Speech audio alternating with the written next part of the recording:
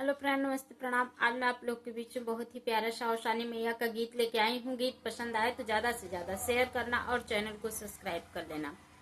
दई द भिखिया चरवा में भर के मैया, दई द भिखिया चरवा में भर के मैया, पहले नि भिखिया सजनवा के मांगे मैया, पहले नि भिखिया सजनवा के मांगे मैया, सजनवा के मांगे मैया, बलमुआ के मांगे अमर रहे सथवा जीवन भर के मैया, अमर रहे सथवा जीवन भर के मैया, दई द भिखिया चरवा में भर के मैया, दूसरी नि भिखिया ललनवा के मांगे ललन के मांगे ललनवा के मांगे,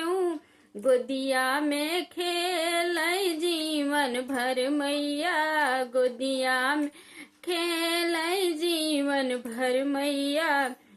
आई द भिखिया चरवा में भर के मैया, दई भिखिया चरवा में भर के मैया, तीसरी नि भिखिया परिवारवा के मांगे, तीसरी नि भिखिया परिवारवा के मांगे, नाता तोह से रखे जीवन भर के मैया, पूजा रही जीवन भर के मैया, नाता तोह से रखे जीवन भर के मैया, दई दे तू मैया भिखिया चरवा में भरी के, दई मैया भिखिया चरवा में भरी के, चौथी नि भिखिया बीरनवा के दई द, चौथी नि भिखिया बीरनवा के दई द,